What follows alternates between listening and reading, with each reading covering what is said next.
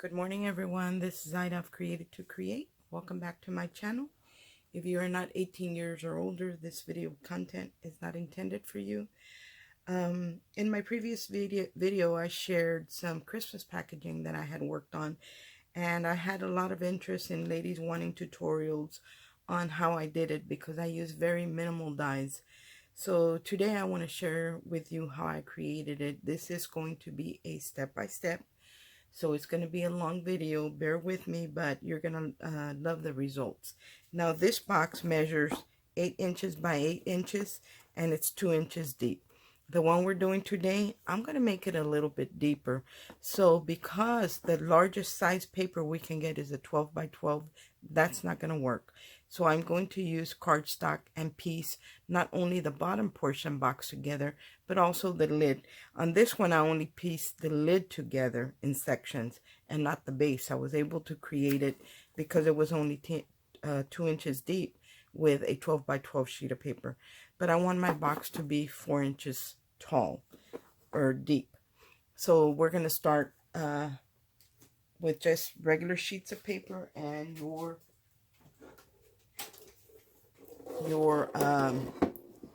paper trimmer. And I can't zoom in or out of the stand that I have, but I'll put it where you can see the marks on my paper trimmer. So please start with as heavy a weight of cardstock as you have, and I'm going to cut the piece out that is going to make the bottom of the box. So my box, the top lid is an 8 by 8 square. So that means that the base or the box on the bottom has to be just a little bit smaller so that lid can fit over it. So I'm going to start out with cutting a piece of paper that measures 8 by 8. But then we're going to cut it again because I feel like this would make it easier for y'all to follow along. So here it is, an 8 by 8 square. On this 8 by 8, I'm going to take off 1/8 of an inch on this side I just cut. Just 1/8 of an inch. I'm going to rotate my paper, just give it 1/4 turn, and I'm going to do the same thing. I'm going to take off 1/8 of an inch. So this is going to be the bottom of my box. So it measures 7 7/8. That's what this measures, and it is a square, 7 by 7/8 by 7 7/8. So that is the base for the sides, because we're gonna, remember I said we're gonna create it in pieces. I want my box to be 4 inches deep. If you only wanted 2 inches deep, you're gonna cut your strip of paper at 2.5. At 2.5 inches. I want mine to be 4 inches deep, so I'm going to cut my strip at 4.5 inches. And and the reason I say 4.5, because the 1/2 inch, we're going to put a score mark in it and fold it to create a sunbar box. So you're going to need 4 of these that measure 4.5. And we're going to trim off the sides in a little bit. For right now, I'm just going to cut out the 4 pieces that I need. So there's 2. And I can only get 2 out of an 8.5 by 11 sheet. So that's all you need to have, an 8.5 by 11 sheet. Here's another one. Again, it is 4.5 inches wide. And this is the 8-inch length. So on the long side, that's where we're going. And the reason I turn it, because I like that edge that it comes with from the factory, because that's always straighter than anything I can do. So there it is. So we have the pieces for our box. Now, the only thing that we're going to do on these pieces on the long side, turn it on the long side, and we're going to take off our lid is an 8 by 8, so this cannot be an 8 by 8 because then it would be the same size as our lid and it wouldn't fit. So we're gonna have to take off a piece on this, but also we need a 1/2 inch to put a score mark in it. So this has to be 8.5 inches, right? This measures 8.5. All we're going to do is we're going to take off 1/8 of an inch again. So this is going to measure 8 3/8. So we're only taking off 1/8 of an inch, just a little section right here. And we're going to do that on all 4 sides. And I hope that I'm not making mistakes, because it's not that early, but it is early. So this measures 8.5, and I'm just going to take off 1/8 of an inch. And we're going to do the same thing on all 4 of them. Make sure I don't get them mixed up. Turn it on the 8.5 side, and I'm going to take off 1/8 of an inch. And one more. So this, like I said, it is a step-by-step if you want to speed it up or whatever you want to do, because you don't really have to watch me cut. This is more for beginners or for those who like to see a step-by-step tutorial. And like I said, it is going to be a lengthy tutorial because of the process, but you know, here it is. If you want to watch it, if you want to see how I did it, this is how I did it. So now you need your scoreboard. Sometimes if you have a smaller scoreboard and it accommodates at least 8 inches, that will work for you. So what we're going to do with the side, these are the sides. Here is the longer side and then the short side coming down. We're going to score at 1/2 inch on all 4 of these panels that we just trimmed off. And make sure that your paper doesn't move. It's always a little difficult. Maybe I should have done it on this side when you try to get to the edge and score, because this paper is, I believe, 120 pounds, so it's pretty thick. So there's one. Here is the other one, but because I already started over here, this is where I'm going to stay. And I'm going to run my bone folder, you know, a few times to make sure it is creasing. So we're going to do that to all 4. I missed a step, guys. And then you're going to turn it on the long side, and you're going to score again at 1/2 inch. And you're going to do that to all 4 of them. I have to go back and do that, because these are the sides to our base, or our box base. Not the lid, but the bottom.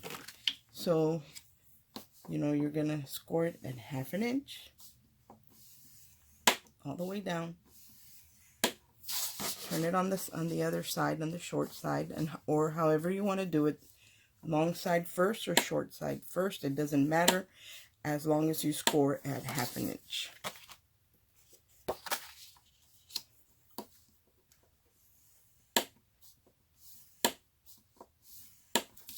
This box is going to be pretty thick because my paper is really thick. Anything that I can find a link for, I will link in the description box below. And some of them will be affiliate links and some of them will not be. So that's all you have to do to the sides. To the top, you don't have to do anything. So we're going to do this step by step. So we're going to start here. So let's assemble our box.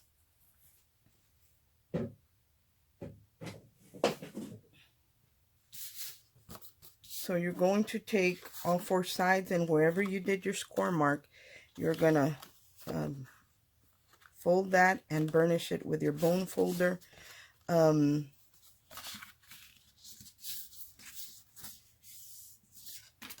I said, mine's really, really thick. I really do have to burnish it because it's real thick. And you want to do that to all 4 sides. This is going to be a very nice size box. Now, if you were doing, again, the 2-inch box, then you would just subtract 2 inches. From every cut that we're doing, you would subtract 2 inches.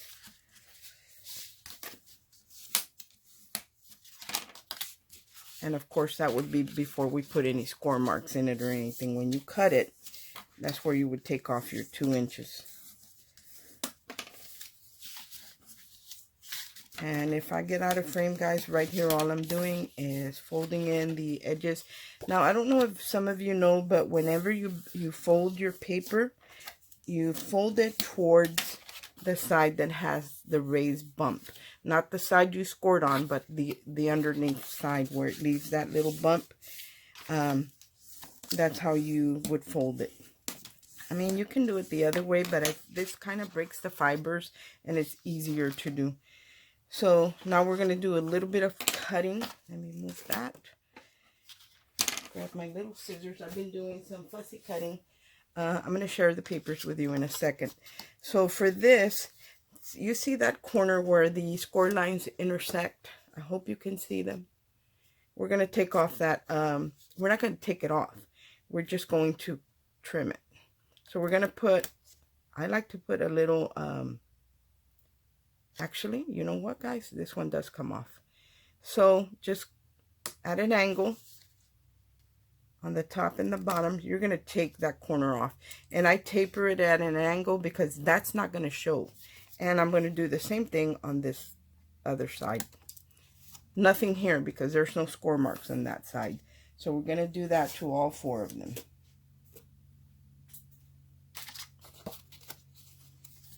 And instead of cutting straight and then cutting in a little notch, I just cut it at an angle. And I don't have to do it again. And then, of course, the piece here, we just cut up to the score line, not past the score line. And we're going to do the same thing here. And it doesn't have to be a big notch, just a little one. Just enough so nothing gets in your way. You see, I didn't cut past the score line. I just cut up to the score line. And one more. And you're going to see how easy this box was to put together. I'm not going to put any panels to decorate this box or anything because most of my decoration is going to go on my lid. And depending on how much room I have in between the lid and the base, then that, you know, that's what dictates whether I can add designer paper to it or not. So what we're going to do with these 4 pieces, we're going to take our 7 7/8 piece of paper. We started out with an 8x8 and we trimmed off 1/8 of an inch on both sides. So we ended up with a 7 7/8 by 7 7/8. Here's where your lid is going to come together. Oops, I forgot to do this one. So make sure you taper all those corners. This is going to be an awesome box. So I'm going to add glue to this flap.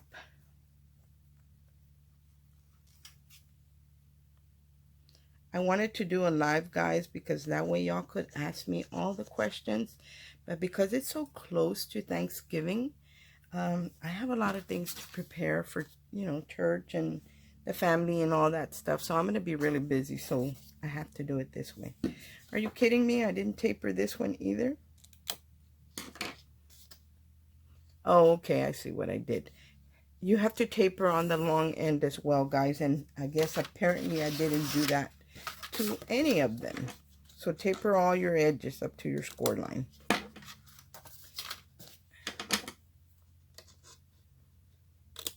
I thought, I know I did that, but no, I didn't. No, I did not. See this, the long edge at the other end? I didn't taper it. So you want to make sure you taper it because it does make things easier for you. And I'm going to move these out of my way. You're going to take one of the sides and you're going to add glue to it. And I'm going to use glue, but you can use a combination of both or one or the other. It's totally up to you. And I'm going to take my piece and I'm going to line it up at the bottom, and then I'm going to line it up at the top, making sure that I don't go past that score mark. You know, it's always a little difficult when you're trying to do a video because you have to make sure that you are in frame and all of that good stuff. And sometimes it's a little difficult. So there is that piece. You want to make sure that everything lines up over here at the bottom and at your top. Make sure everything is lined up. So there's one side of our box. Now we're going to add the other side. The reason I leave this tab on the side, because when we put this here and we close up the box, this tab is going to get glued to this tab. And I just do it flat. And if you're going to add layers to the inside, right now would be the time to do it while it's flat, after we get it the sides put together and before we close it up. So right here I'm going to do the same thing. I'm just going to line it up at the top and I'm going to line it up at the bottom. I'm sorry about the lighting in my craft room. It's not the best. It is kind of cloudy here and drizzling and a little chilly, but not too bad. It's really nice. I like this kind of weather, but I'm a homebody, so I like it. So there is the second one. We have 2 more sides to add. We're going to continue to do the same thing. We're going to add glue to our little 1/2 inch tab. The long one, not the short one. Add plenty of glue. And we're going to do the same thing. We're going to line this one up. I usually do one side and then the other. And it pretty much falls into place. Yeah.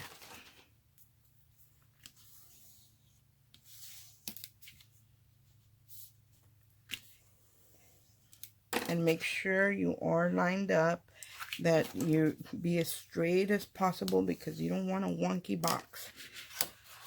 So now we're going to put the last piece in.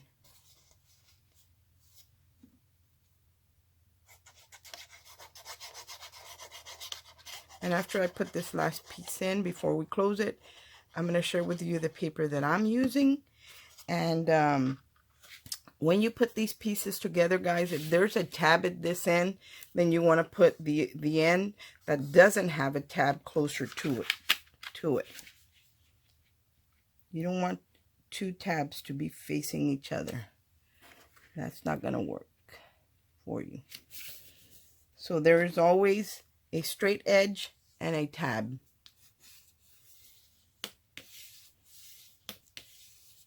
Our box is almost done right here, guys, believe it or not.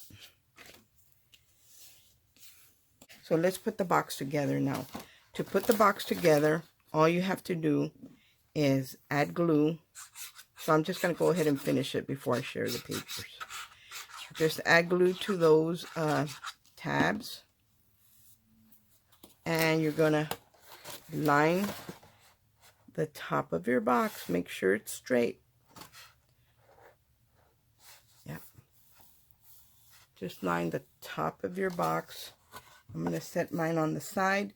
And I'm going to use my bone folder to make sure it is adhered. And now you can see how deep our box is going to be and how easy it was to put together, guys. So it can be done, even though you only have an 8.5 by 11 paper. You can put these, you can make these boxes. We're going to do the same thing on this one. I'm going to just add glue to the tab.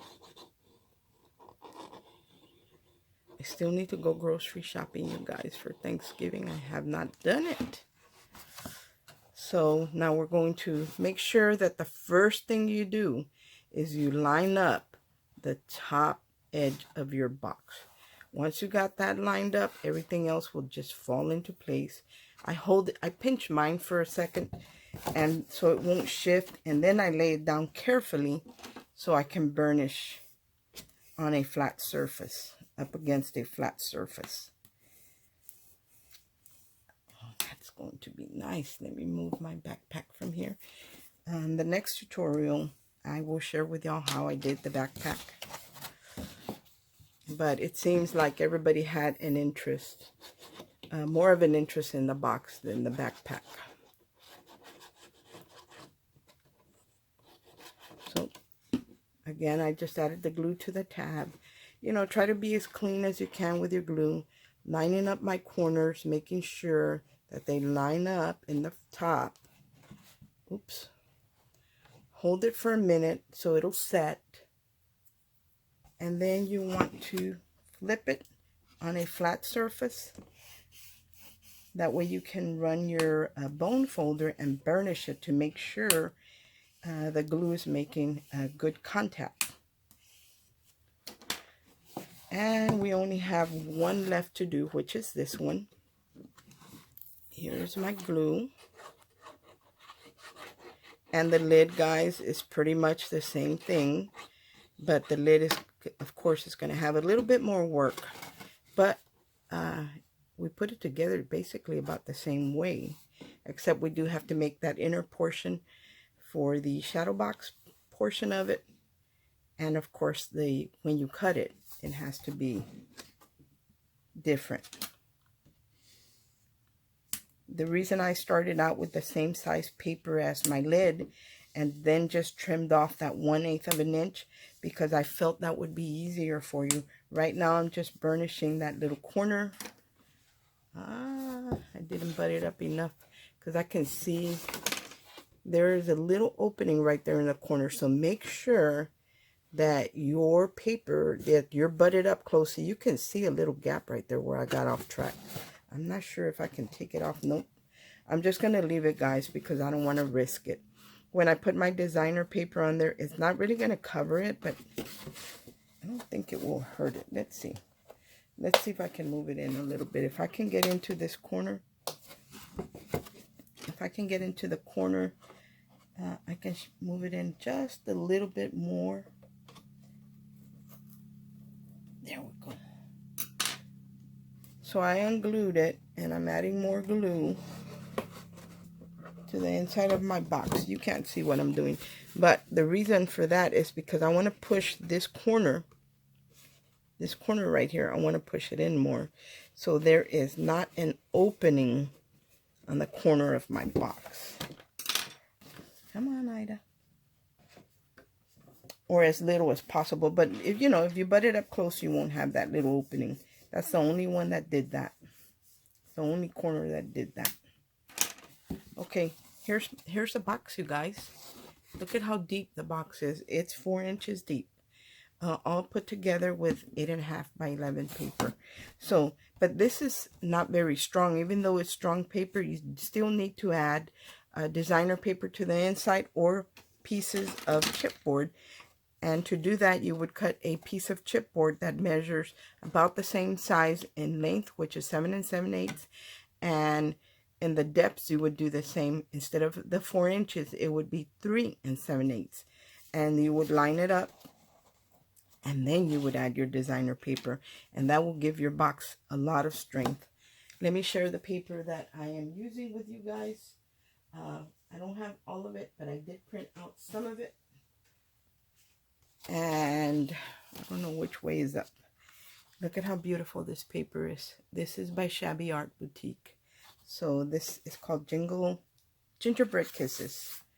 Here's one that I already cut out things from it. I print all my digital paper on matte photo paper.